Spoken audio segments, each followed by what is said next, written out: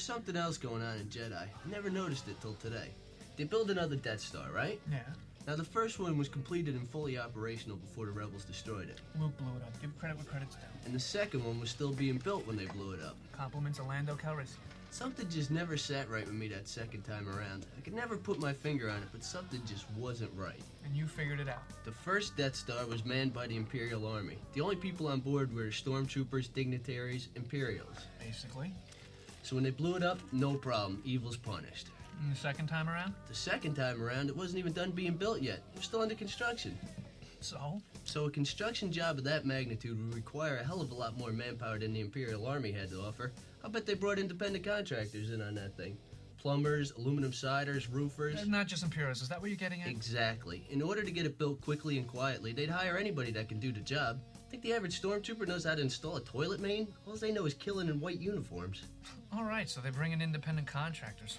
Why are you so upset at its destruction? All those innocent contractors brought in to do the job were killed. Casualties of a war they had nothing to do with. All right, look. You're a roofer. Some juicy government contract comes your way. You got a wife and kids, the two-story in suburbia. This is a government contract, which means all sorts of benefits. Along come these left-wing militants and blast everything within a 3-mile radius with their lasers. You didn't ask for that. You have no personal politics. You're just trying to scrape out a living. Excuse me, I don't mean to interrupt, but what are you talking about? The ending of Return of the Jedi.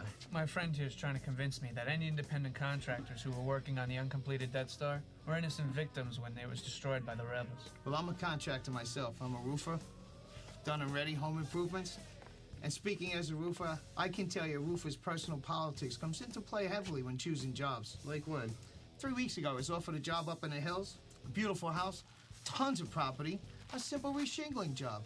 They told me if I could finish it in 1 day, I would double my price. Then I realized whose house it was. Whose house was it? Dominic Bambino's. Babyface Bambino? The gangster? The same. The money was right, but the risk was too high. I knew who he was, and based on that, I turned the job over to a friend of mine. Based on personal politics. Right, and the next week, the Foresi family put a hit on Babyface's house. My friend was shot and killed. Didn't even finish reshingling. No way.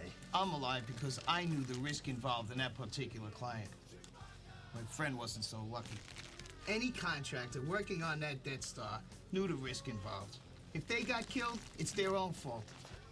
A roofer listens to this, not his wallet.